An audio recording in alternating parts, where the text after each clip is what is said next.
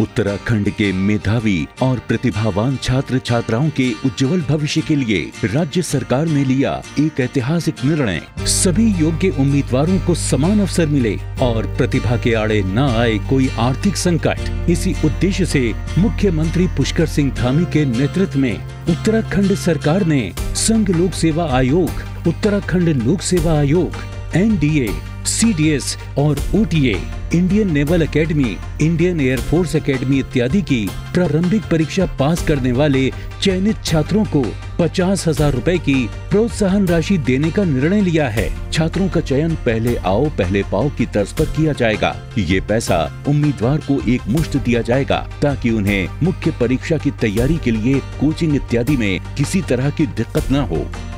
पैसों का पूरा भुगतान सीधा उम्मीदवार के बैंक खाते में होगा।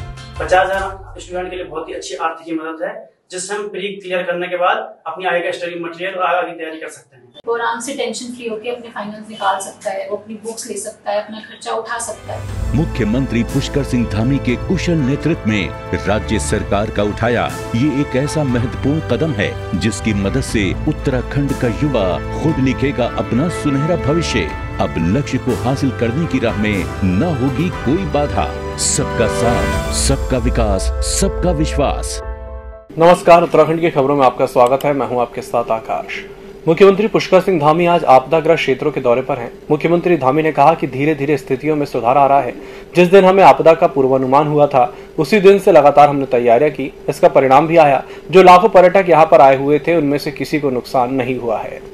मुख्यमंत्री पुष्कर सिंह धामी ने शनिवार को जनपद चंपावत का भ्रमण किया। उन्होंने चंपावत के तेलवाड़ा में जाकर भारी बारिश के कारण जान गंवाने वाले परिवारों के परिजनों से मुलाकात कर उनके प्रति संवेदना व्यक्त की। उन्होंने जान गंवाने वालों की आत्मा की शांति के लिए प्रार्थना भी की।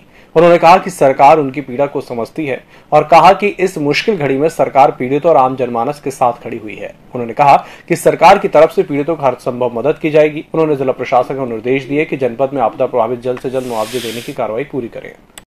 बीजेपी के कैबिनेट मंत्री हरक सिंह रावत के पूर्व मुख्यमंत्री हरीश रावत को माफी वाले बयान पर कांग्रेस प्रवक्ता गरिमा दसोनी ने पलटवार करते हुए कहा है कि हरक सिंह रावत ने पूर्व में बहुत ही ज्यादा निंदनीय बयान दिए हैं और जिससे उनकी छवि उजागर होती है। अब वह पश्चाताप कर रहे हैं और पूर्व सीएम हरीश रावत पर उनके इन बयानों का कोई फर्क नहीं पड़ता है। आत्मग्लानि से इस वक्त माननीय हरक सिंह जी परिपूर्ण नजर आ रहे हैं, क्योंकि पिछले दिनों जो बयान उनके आए वो बहुत ही निचले स्तर के बयान थे और ऐसा लग रहा है उनके बयानों को देखकर, वर्तमान बयानों को देखकर, कि वो पश्चाताप में जल रहे हैं। वहीं दूसरी ओर माननीय हरीश रावत जी एक परिपक्व राजनीतिज्ञ हैं, उन पर कोई असर नहीं पड़ता। आप कितना भी छीटाकशी करें या कितने भी आप इस तरह के लांछन लगाएं, उन जैसे नेताओं पर लोगों के बोलने का फर्क नहीं पड़ता। और ये माननीय हरक सिंह जी की वापसी को लेकर ये बयानबाजियां हो रही हैं, किस वजह से हो रही है तो माननीय हरक सिंह जी ज़्यादा बेहतर बता सकते हैं। और उनको वापस दल में शामिल करना है नहीं करना है ये मेरा शीर्ष नेतृत्व या मेरा आला कमान निर्णय लेता है। तो ऐसे में सारे गुणदोष देखते हुए, सारे जो हमारे समीकरण है उनको देखते हुए अगर पार्टी उनको वापस लेने का निर्णय लेती भी है तो हमें शिरोधार्य होगा। हम पार्टी के एक अनुशासित सिपाही हैं और पार्टी का निर्णय हमेशा हमारे लिए सर्वोपरि रहा। आज देहरादून में जिला प्रशासन ने कोविड वैक्सीन पर अनोखी पहल शुरू करते हुए कोविड-19 वैक्सीन मेले का शुभारंभ किया। Dehradun DM doctor R Rajesh Kumar ने बताया कि कोविड वैक्सीन की दूसरी डोज लगाने वालों को लकी ड्रॉ के माध्यम से आकर्षक पुरस्कार दिए जाएंगे। ये जो वैक्सीनेशन मेला हमने जो शुरू किया उससे पहले अगर हम फिगर्स देखें 13 से लेकर 17 तक सिर्फ 8,000 लोगों ने किया, मोर देन डबल है लोगों ने किया। तो उसका मैसेज काफ़ी अच्छा गया है। इसमें मीडिया का भी काफ़ी अच्छा रोल रहा है। आप सबको मेरा धन्यवाद है और मैं आशा करता हूँ कि आने वाले समय में नवंबर 2 तक, क्योंकि ये अभी हमारा वैक्सीनेशन ड्राइव चलेगा, 2 को हमारा मेगा ड्रॉ रहेगा। तो 3,14,000 हमें इस पीरियड में कवर करने हैं जो हमारे टारगेट्स हैं। ओवरऑल 7,50,000 हमने सेकेंड डोज को अचीव कर ही लिया है। फर्स्ट डोज हमारा 100% हो गया है।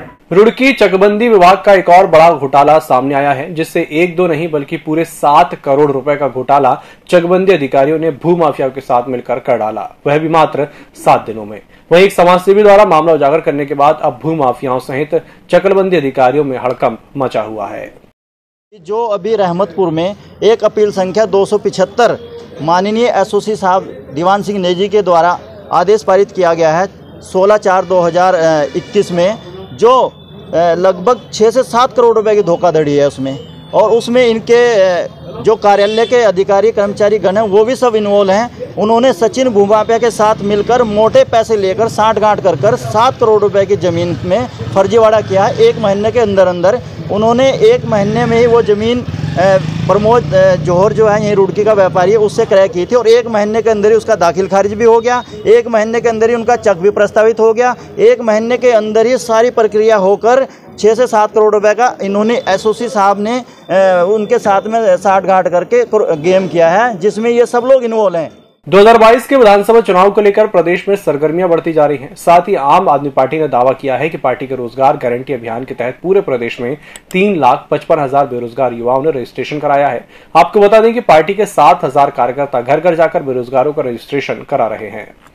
आम आदमी पार्टी ने अपना रोजगार गारंटी अभियान चलाया था। विपरीत परिस्थितियों के बावजूद भी हमने बहुत अच्छे आंकड़े प्राप्त किए और अभी तक 3,55,887 लोगों ने, बेरोजगार युवाओं ने इसमें रजिस्ट्रेशन कर लिया है। और आम आदमी पार्टी अब धीरे धीरे इस अभियान को और बढ़ाएगी, क्योंकि आपदा का समय था। ऐसे समय में हमने लोगों को राहत देना उचित समझा। हमारे कार्यकर्ता अभी भी राहत कार्यों में लगे हैं। उसके बाद हम इस अभियान को बढ़ाएंगे। हम हर एक बेरोजगार युवा तक पहुँचना चाहते हैं जो रोजगार की तलाश में। किच्चा के नई मंडी में राइस मिलर्स द्वारा धान की खरीद न किए जाने पर आज किसानों ने मंडी गेट पर धरना प्रदर्शन शुरू कर दिया। किसानों ने मंडी गेट पर जमकर नारेबाजी भी की। उन्होंने कहा कि बरसात की वजह से पहले ही किसानों का धान बर्बाद हो चुका है। जिन किसानों द्वारा मंडी में धान लाया जा रहा है उनका धान राइस मिलर्स नहीं खरीद रहे हैं। ये पहले जब मंडी शुरू हुई है ना, जिस दिन से 1 अक्टूबर से 3-4 अक्टूबर को शुरू हुआ था, इनसे साथ बैठक हुई थी ट्रालियों वाली। उस टाइम कह रहे हैं अभी नमी आ रही है, 2-3 दिन रुक जाओ। तो लगभग 10 तारीख से कुछ ट्रालियाँ तो हुई थी। अब 16-17 तारीख से ट्रालियाँ भरी खड़ी है। उस दिन के बाद ये ट्राली कोई नहीं गई। रोज़ मुलाकात से SMI से भी होती है, तो SDM को भी फ़ोन किया, कह रहे भी इनका आपका जल्दी समाधान हो जाएगा। तो उस दिन से ये कम से कम परसों से 30-35 ट्रालियाँ ये खड़ी हुई है, जो रोज़ की रोज़ बढ़ रही है और अंदर से मौत चला है। जिन किसानों का धान कटा था वो 17 तारीख से इस चीज़ का इंतजार कर रहे थे कि बारिश बंद होगी, हम अपना धान तुलवाएंगे। लेकिन मंडी व्यवस्था इतनी खराब हो चुकी थी, 17 तारीख से हमारी ट्रालियाँ खड़ी हैं और अभी तक वो खड़ी ऐसे ही खड़ी हैं। किसी का धान इतना गल गया है कि वो उग गया है, और अभी तक इन्होंने कच्चे आड़तियों की तोलनी शुरू करी है। 35 ट्रालियाँ आज भी हमारी खड़ी हैं और ये ट्रालियाँ लगातार बढ़ रही हैं। ये रोज़ हमें टोकन दे के हमें एक गुमराह कर रहे हैं। टोकन दे देते हैं कि अभी तोलेंगी, शाम को तोलेंगी, सुबह तोलेंगी। लगातार ये मीटिंगें कर रहे हैं, लेकिन वो मीटिंग का अभी तक हमें कोई परिणाम नहीं मिला है। इस बुलेटिन में फिलहाल इतना ही। नमस्कार।